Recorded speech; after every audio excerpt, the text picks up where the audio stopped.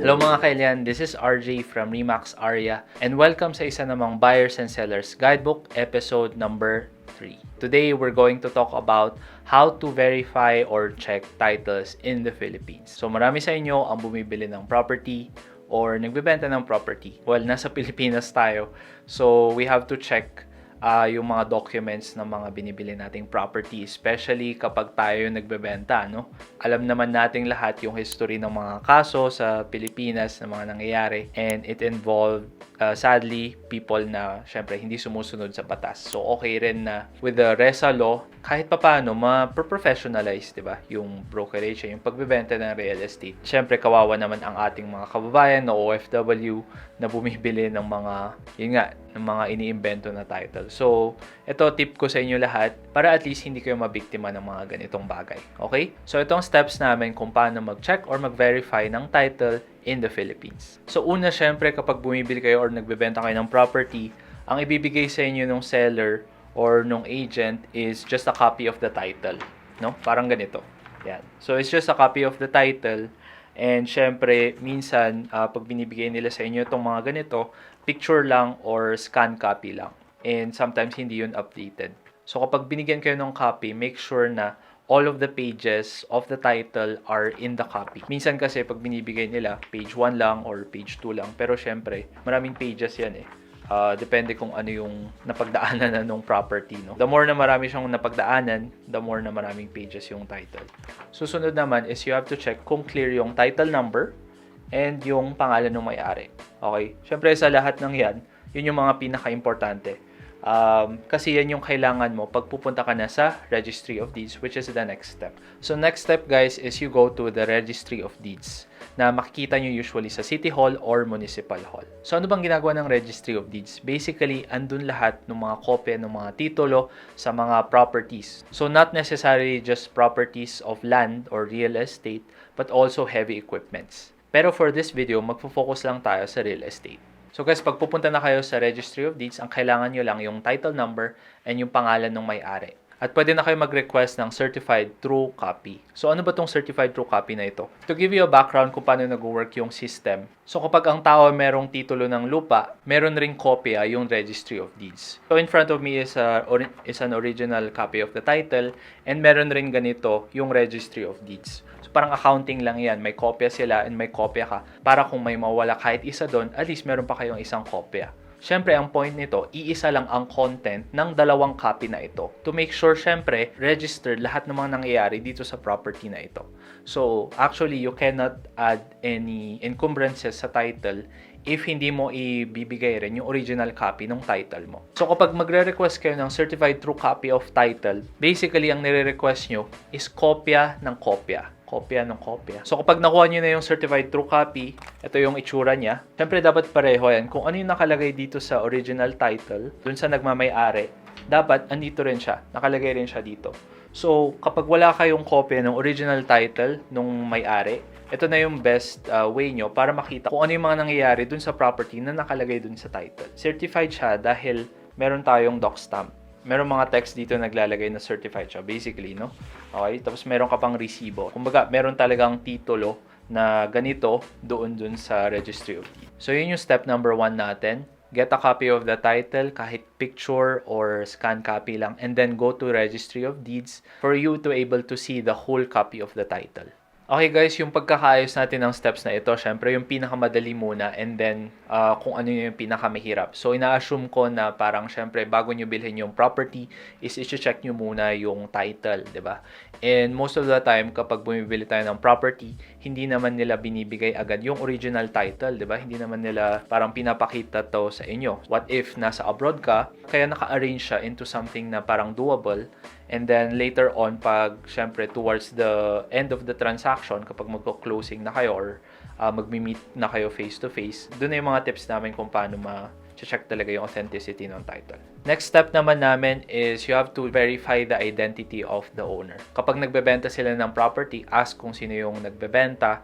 And syempre, kung ano yung pangalan na nakalagay dun sa title dito, kung ano yung pangalan na nakalagay dyan, syempre dapat siya talaga yung may-ari. Kung agent or broker yung nagbebenta, okay lang yun, but you have to ask for an authority to sell. Okay? So, ano ba itong authority to sell? Ito yung binibigay ng mga may-ari sa mga agents or brokers na ino-authorize sila ibenta yung kanilang property. Dapat yung nagbigay ng authority to sell, syempre, yung may-ari nung property. Malay mo, iba pala. Malay mo, marami pala silang magkakapatid naman nagmamay-ari doon. So, yung mga complicated situations na ganun, siguro later on na lang sa mga advanced topics. Yun, step number 2 is you can ask an ID of the person who is claiming to be the owner of the title. And then, check mo lang. Check mo lang kung tama ba yung pangalan. Okay? Hindi rin pwedeng wrong spelling. Sa totoo lang kasi, nagkaroon na rin kami ng experience na mali yung ID nung may-ari. Dapat i-check nyo talaga yung iba ba niyang ID is nagtutugma dun sa pangalan niya sa title.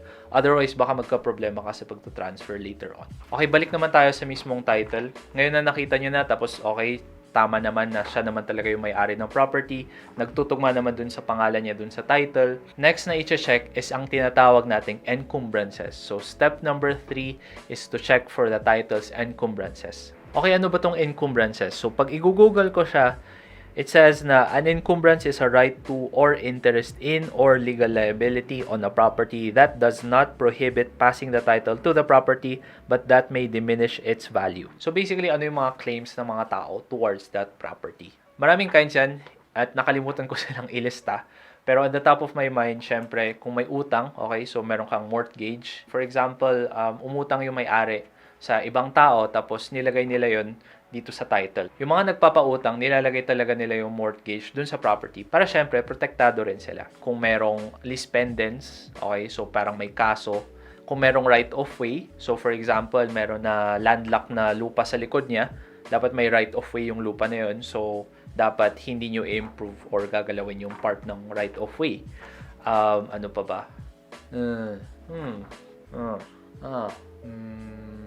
Okay, adverse claim. So, kunwari kapag may gustong mag-claim ng lupa, pero not necessarily proving na sila yung may-ari, pero may nagka-claim, di ba? Hassle pa rin yun. So, saan nyo ba nakikita yun sa title? Sa likod. Okay, sa likod siya. Kaya, very, very important na makuha nyo yung buong pages ng title na updated. Kasi, doon mo makikita kung may utang or may encumbrances siya doon sa title. Dito yung Memorandum of Encumbrances nakalagay dyan sa medyo end part ng title. Tapos makita nyo din nakalista na doon kung ano yung mga encumbrances. A quick tip lang, kapag kunwari may utang, usually kinakancel naman yun eh. So okay lang yun. Not necessarily na maraming encumbrances, hindi na okay. To the contrary, okay nga pag pinautang siya sa bangko, tapos binayaran, so na-cancel lang rin yung liability niya. Ibig sabihin, malinis talaga yung property kasi kahit sinong bangko na yung tumingin, and then nabayaran naman ng owner, so walang problema. Ang maganda pa nga doon, kapag sa future na ililoan nyo yung property, at least may record na sila from the bank, 'di ba? Nakita na ng bangko na, oo nga pala, niloan pala to ni BDO or niloan rin ito ni BPI. So at least mas madali na lang later on kapag ikaw na yung may-ari. Anong step na? Step 3. Okay, step number 4 is actually to check the technical description doon sa titles. Makikita nyo sa page 2, usually sa page 2 ng title, there's a text there na saying technical description. Okay, so basically ito yung technical measurements nung lote to make sure na syempre pareho yung shape. Minsan dito nyo nalalaman kung alam nung nagbebenta kung ano yung binibenta niya. Yung iba sinasabi nila square yung lote. And then pag pinaplot mo siya, parang makikita mo parang triangle or medyo irregular yung shape. That should be a red flag for you. Dapat i-confirm mo yun dun sa owner, diba? For me, the best way is for you to get a geodetic engineer and then ask with the seller if they are open for you to survey the lot. Kasi doon mo lang talaga makikita kung saan talaga, kung tama yung nilagay nilang boundaries para dun sa lupa, no, or sa property. Okay, that's the best way. Although, yun nga, medyo gagastos ka. Pero, alam mo yun, pag bumibili ka ng lote, which usually costs millions, okay na rin mag-invest sa geodetic survey, which will cost you around 10 to 20,000 per lot. And then, that would be a good investment para ma-check mo lang, ma-double check mo lang talaga yung validity ng title, di ba? And syempre, to check rin yung actual shape nung property. Kapag ayaw mo munang gumastos sa geodetic survey, pwede kang pumunta dito sa website na ito And meron silang feature dyan na pwede ka mag-plot ng property gamit yung technical description niya. Okay, so that's for free. Pero as much as possible, we advise you talaga to get a surveyor para sure, and meron siyang signature dun na certifying that this is the proper shape of the property. That is our tip number 4, is you double check the technical description of the property through the title. Okay, random tip also, there are two kinds of titles right now. Meron yung traditional title, which I don't have, pero yung traditional title would have a red seal dito. Okay, so yung seal na yun, waterproof siya, and I'm sure there are certain ways you can prove na legit yung title na yun. Pero what I'm holding right now is what we call an e-title. Okay, ang e-title, na-upload na siya dun sa LRA system, dun sa land registration system. Makikita nyo siya by those QR codes, and there's a barcode here. Okay, para sa benefits and advantages ng e-title, well, syempre, hindi mawawala yung e-title. Kapag nasunog to or nasunog rin yung kopya mo dun sa Registry of Deeds, pwede lang sila mag-print ulit. Pero kapag yung original kasi, kailangan mo talagang i-reconstitute yung title na yun, which is a lot harder, no? So, take note of that. Sa inyo na mga meron pang mga old title, para malaman mo kung ano yung old title, yung red na seal dito. Legitimate title naman yan, pero convert nyo na rin sa e-title para mas safe kayo. Okay? I think magpa-convert, less than 1,000 pesos lang naman babayaran mo. So, pa-convert nyo na para at least mas safe. Step number 5 is to check the tax payments of the property. We all know na may mga binabayaran tayong yearly tax sa mga property natin. That includes condominiums, houses, and lots. So, binabayaran natin yan sa tax assessor's office, sa city hall, or sa municipal hall. Okay, so i-check nyo kung binabayaran nila yung tax. Kasi kung may mga back taxes yan, with the rules ngayon sa taxation, baka pwedeng mag-multiply siya ng ilang beses. Okay, magiging exponential yung taxes mo.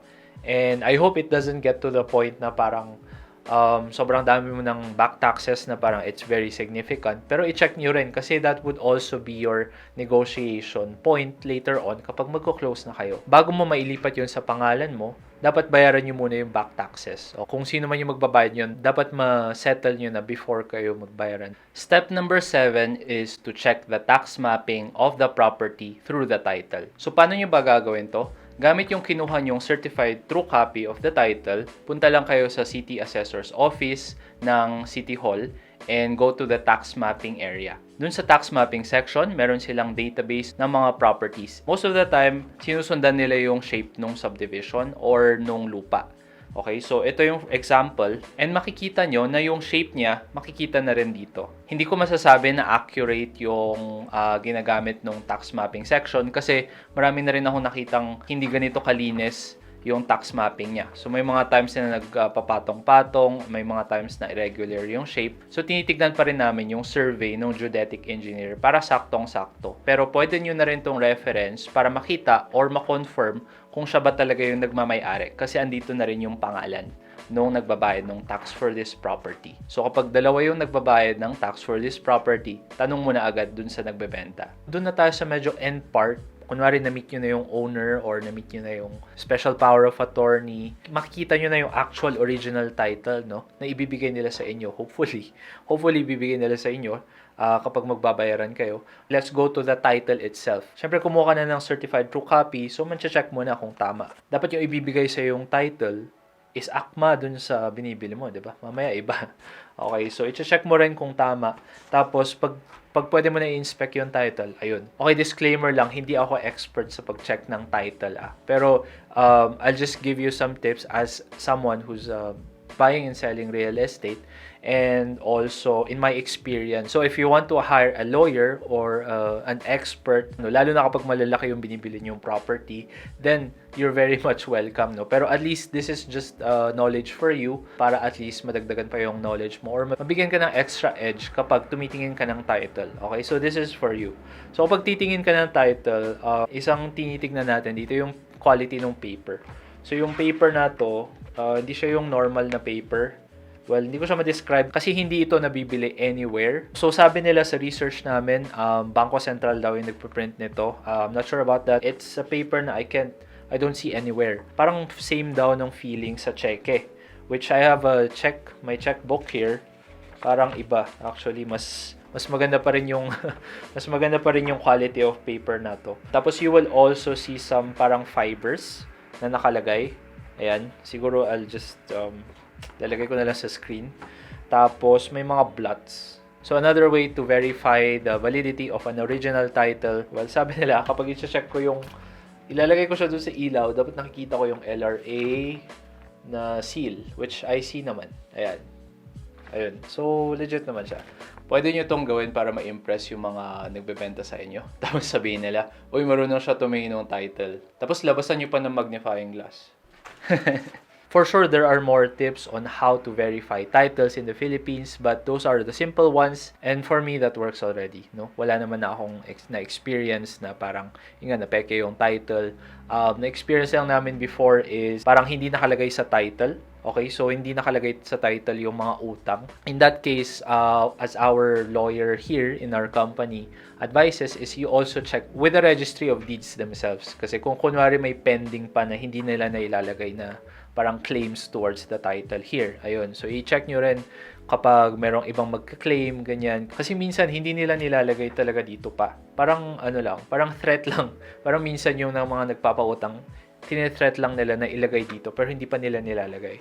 So kung ikaw yung bibili, tapos meron pa lang nagte-threat na ilagay i-annotate yung utang nila dun sa title, edi parang baka maunahan ka pa. Okay? So importante talaga yung physical possession of the title para at least walang mailagay dyan na kung sino. So additional tips, this is also from one of our partners here in RE/MAX. They're from Convenience Realty, no? Mr. Hardy Lipana. And shout out to you, sir. You should also check the serial numbers should be the same for both the original and the duplicate copy should have the same barcode and serial code. Okay.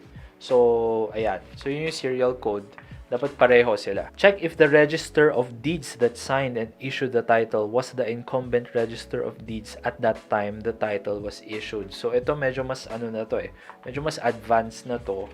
Kasi what he's saying is parang yung pumirma na official dun sa title, dapat siya yung official at that time, which makes sense naman, di ba? If you wanna go there, go. You're welcome to do that. Okay guys, so yun lang. Sinimplify lang namin lahat para hindi kayo naman mo-overwhelm, no? And hindi na kayo bumili ng lupa, okay? Hindi ko naman sasabi na dapat hindi nyo i-trust yung system. The point of this video is for you to know how to do due diligence. Due diligence is a very, very important term kasi that's how you would know if whatever you're buying or whatever you're selling is legit. Kasi, yun nga, marami nangyaring di natin alam. And huwag tayo pabiktima sa mga ganun. Okay, so if you have any questions about titling or yung mga ganyan, technical about real estate, just send us an email or send us a message at the contact details below. Please recommend for future topics kasi naubusan na talaga kami ng gagawin. Please help us by recommending whatever you want us to discuss here about real estate. So that's a wrap. Thank you very much. I'm RJ from RE/MAX Area, and I hope you guys subscribe to our YouTube channel for more properties in North Luzon. One har ikaw